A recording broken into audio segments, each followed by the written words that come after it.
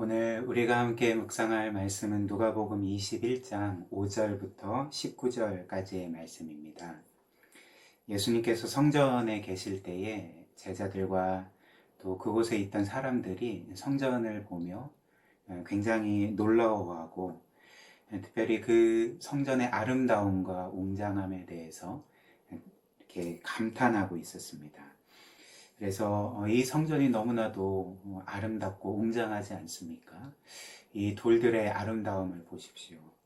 그리고 이 구조의 웅장함을 보십시오. 이런 식으로 서로 감탄하고 있었는데요. 이는 어떤 면에서 당연한 것이었습니다. 왜냐하면 유대인들에게 있어서 이 성전이라는 것은 그 어떤 건물보다도 중요했고, 따라서 심지어 그 왕궁보다도 더 아름답고 웅장하게 지었기 때문에 그렇죠. 그래서 성전을 보는 자마다 아마 감탄할 수밖에 없었을 것입니다. 그런데 그때 예수님은 이 유대인들이 듣기에는 굉장히 충격적인 말씀을 하셨던 것이죠. 6절 말씀인데요. 이렇습니다. 너희 보는 이것들이 날이 이르면 돌 하나도 돌 위에 남지 않고 다 무너뜨려지리라. 이렇게 말씀하셨습니다.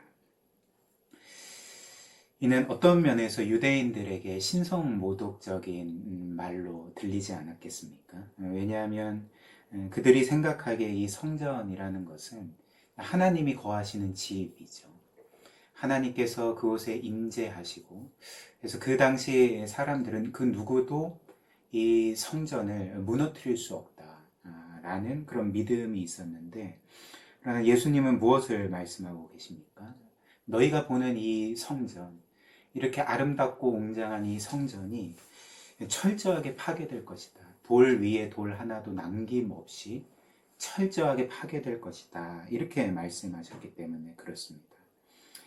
그리고 사실 예수님께서 이 말씀을 하신 것은 이번이 처음이 아닌데요. 우리가 전에 살펴본 누가복음 19장 말씀에서도 이와 동일한 말씀을 하셨습니다.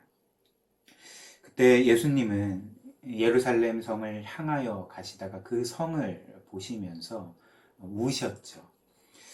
그리고 그때 말씀하신 바가 지금 말씀과 똑같이 예루살렘의 돌 위에 돌 하나도 남김없이 철저하게 파괴될 것이다 라고 말씀을 하셨던 것입니다. 그리고 예수님은 이 말씀을 앞으로 일어날 두 개의 사건, 즉 심판과 멸망의 두 가지 사건을 이 한 말씀을 통하여서 동시에 말씀하신 거라 할 수가 있는데요. 그래서 먼저 가깝게는 그 당시로부터 약 한 40년 후인 AD 70년에 일어난 그 로마의 침공으로 인한 예루살렘 멸망을 말씀하신 것이었습니다. 역사의 기록에 따르면 그때 예루살렘은 로마 군대에 의해서 짓밟히고 또 학살이 자행되었는데, 그때 죽은 사람들의 피가 시냇물처럼 흐르게 되었고, 예수님의 말씀처럼 정말 돌 위에 돌 하나도 남김없이 이렇게 철저하게 파괴되었다. 역사가 그렇게 기록하고 있습니다. 그러나 여기에서 예수님은 단지 이 40년 후에 일어날 로마에 의한 예루살렘 멸망만을 말씀하신 것은 아니었죠. 둘 다 똑같이 심판에 대한 그리고 멸망에 대한 그런 사실이었기 때문에 예수님께서는 이 말씀을 통해서 AD 70년에 일어난 예루살렘 멸망뿐만 아니라 마지막 날 일어날 그 심판과 멸망에 대해서도 이제 알려주셨던 것입니다. 그리고 예수님의 이 말씀을 들은 제자들은 굉장한 충격을 받았던 것이죠. 어떻게 이런 웅장하고 아름다운, 특별히 하나님이 거하시는 성전이 멸망될 수 있는가? 그리고 그런 심판과 멸망의 메시지를 듣고 이들은 크게 두려워했을 것입니다. 그래서 예수님의 이 말씀을 들은 제자들은 예수님께 이렇게 여쭈어보았던 것이죠. 이런 일이 언제 있겠습니까? 그리고 이런 일이 일어나기 전에 어떤 징조가 있겠습니까? 라고 여쭈어보았고, 이에 대해서 예수님은 이제 마지막 날 그 심판의 때에 일어날 그 징조에 대해서 말씀을 해주셨습니다. 이것이 8절부터 12절 말씀인데요. 이 말씀을 정리하면 첫 번째로 8절 말씀처럼 이제 그때가 되면 많은 사람들이 내가 그리스도다, 그리고 때가 가까이 왔다라고 말하면서 사람들을 현혹시킬 것입니다. 즉 적그리스도에 대한 예수님의 경고를 할 수가 있는 것이죠. 그리고 9절 말씀처럼 그때는 전쟁과 난리의 소문들이 이제 곳곳에 퍼질 것이고, 또 10절 말씀처럼 실제로 이 소문과 같이 민족이 민족을, 그리고 나라가 나라를 서로 적대하면서 전쟁을 벌이게 될 것입니다. 그리고 11절 말씀처럼 전쟁뿐만 아니라 세계 곳곳에 지진이 일어날 것이고, 또 기근과 전염병이 생길 것이고, 그리고 하늘에서는 우리가 정확히 알 수 없지만 무서운 큰 징조들이 일어날 것입니다. 그리고 무엇보다도 12절과 또 16절과 17절 말씀처럼 이 모든 일이 일어나기 전에 일어날 한 가지 일이 있는데요. 그것이 무엇이냐면 바로 사람들이 그리스도인들을 미워할 것이라는 것이죠. 그 그리스도인들을 미워해서 그들을 박해할 것이고, 심지어 그들을 죽일 것입니다. 사랑하는 우리 고요교회 성도 여러분, 우리가 오늘 이 말씀을 통하여서 한 가지 묵상하게 되는 사실이 있지 않습니까?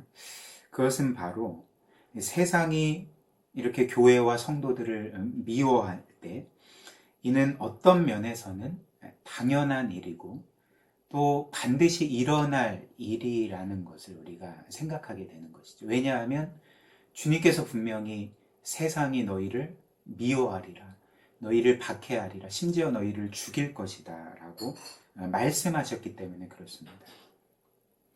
물론 예수님의 이 말씀은 교회가 영적으로 타락하여서 그래서 더 이상 이 세상의 빛과 소금의 역할을 감당하지 못하고 오히려 사회적으로 무리를 일으키거나 아니면 일반 상식에서 벗어난 행동을 하면서 비난받을 때를 가리키는 것은 아닙니다.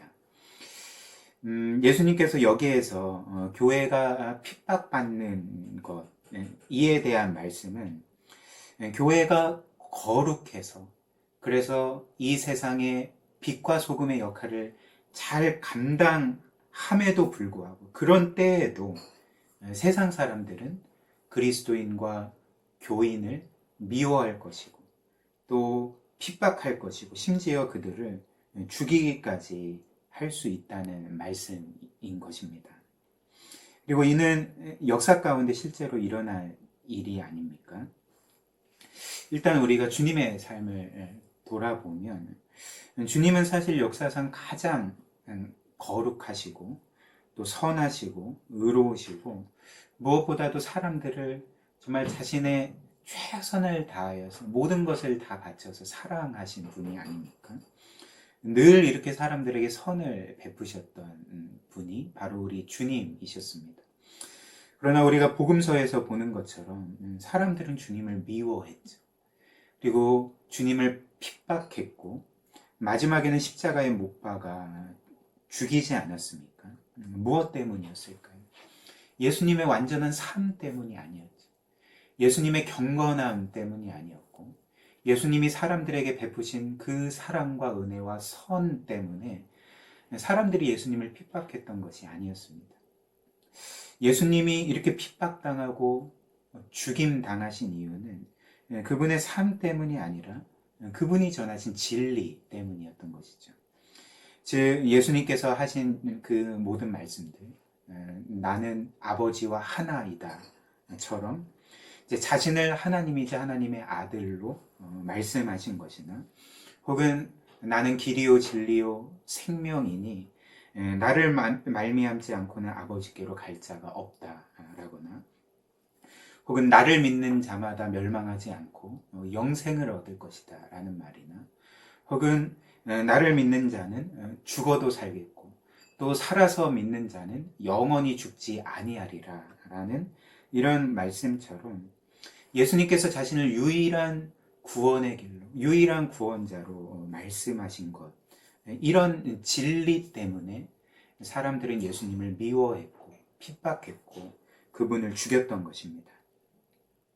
또한 사도들과 초대교회의 성도들도 동일했죠. 그들이 사람들에게 미움을 받고 핍박을 받고 또 죽임을 당했던 것은 그들의 삶 때문이 아니었습니다. 특별히 역사의 기록에 따르면 초대교회 성도들은 당시 로마 사람들 사이에서도 사람들을 진심으로 사랑하는 자, 사람들에게 자신의 모든 힘을 다하여서, 최선을 다하여서 선을 베푼 자, 특별히 성적으로 순결한 자들로 인정을 받았다고 합니다.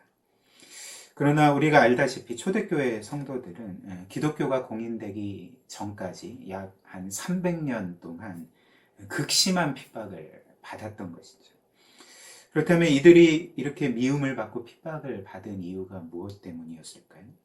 그들의 그렇게 경건하고 구별된 삶 때문이 아니었습니다. 그들이 베푼 사랑과 선 때문이 아니었습니다. 바로 그들이 굳게 붙들고 있었고 전했던 진리 때문에 그들은 미움을 받고 핍박을 받았던 것이죠. 즉 그들의 신앙의 고백이 무엇이었을까요?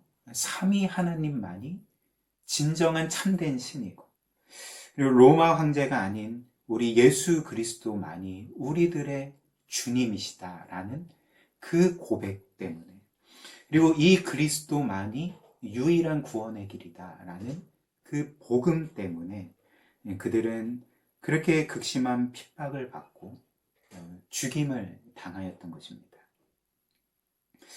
그렇다면 이런 상황에서 주님이 우리에게, 모든 성도들에게 원하시는 바가 무엇일까요? 하나님의 말씀과 복음을 끝까지 전하는 것이죠. 12절과 13절인데요. 세번역 성경으로 읽어드리겠습니다. 그러나 이 모든 일이 일어나기에 앞서 사람들이 너희에게 손을 대어 박해하고 너희를 회당과 감옥에 넘겨줄 것이다. 너희는 내 이름 때문에 왕들과 총독들 앞에 끌려갈 것이다. 그러나 이것이 너희에게는 증언할, 예수 그리스도를 증거하고 복음을 전할 기회가 될 것이다. 이렇게 말씀하셨습니다. 주님의 말씀의 의미가 무엇일까요? 주님께서 우리에게 원하시는 바가 무엇이겠습니까? 이런 핍박 가운데서도 너희는 끝까지 복음을 전해야 된다. 그리고 왕들과 총독들과 권세자들 앞에 끌려갈지라도 그것을 그리스도를 증거하고 복음을 전할 기회로 삼아야 된다라고 말씀하신 것이죠. 그러나 예수님의 이 모든 말씀이 전부 비관적이진 않습니다. 왜 그럴까요? 우리가 이처럼 복음을 전할 때에 우리를 반대하는 사람들도 있고 우리를 핍박하는 사람들도 있겠지만, 그러나 분명한 사실은 우리가 전하는 복음을 들을 자들이 있다는 것입니다. 그 복음을 믿고 받아들이고, 그래서 영원한 생명을 선물로 받아 하나님의 자녀가 될 자들이 분명히 있다는 것이 바로 우리가 굳게 믿어야 돼 바라는 것이죠. 그리고 우리의 복음을 통하여서 믿고 구원받은 자들이 결국 우리와 함께 복음을 전할 것이기 때문에 우리는 주님의 말씀처럼 끝까지 신실하게 복음을 전해야 한다는 것이죠. 그리고 주님께서 주시는 또 하나의 약속이 있습니다. 17절부터 19절인데요. 세번역 성경입니다. 너희는 내 이름 때문에 모든 사람에게 미움을 받을 것이다. 그러나 너희는 머리카락 하나도 잃지 않을 것이다. 너희는 참고 견디는 가운데 너희의 생명을 얻을 것이다. 이렇게 말씀하셨습니다. 사랑하는 고유교회 성도 여러분, 이 세상이 우리를 반대한다 할지라도, 또 이 세상이 우리를 미워한다 할지라도, 그리고 마지막 날이 되어서 그들이 성도들을 핍박한다 할지라도, 오늘 주님의 말씀처럼 끝까지 신실하게 복음을 전합시다. 그리고 주님께서는 우리에게 약속하신 바처럼 그렇게 땅끝까지 이르러 복음을 전하는 자들에게 똑같이 땅끝까지, 그리고 세상 끝날까지 우리와 함께 해주실 것입니다. 우리를 통하여 수많은 영혼들을 구원하게 하실 것이고, 그래서 모든 영광을 하나님께 돌리게 하실 것입니다. 이 말씀을 통해 우리에게 이런 은혜 주시기를, 우리의 평생에 이런 은혜가 있기를 주님의 이름으로 축복합니다.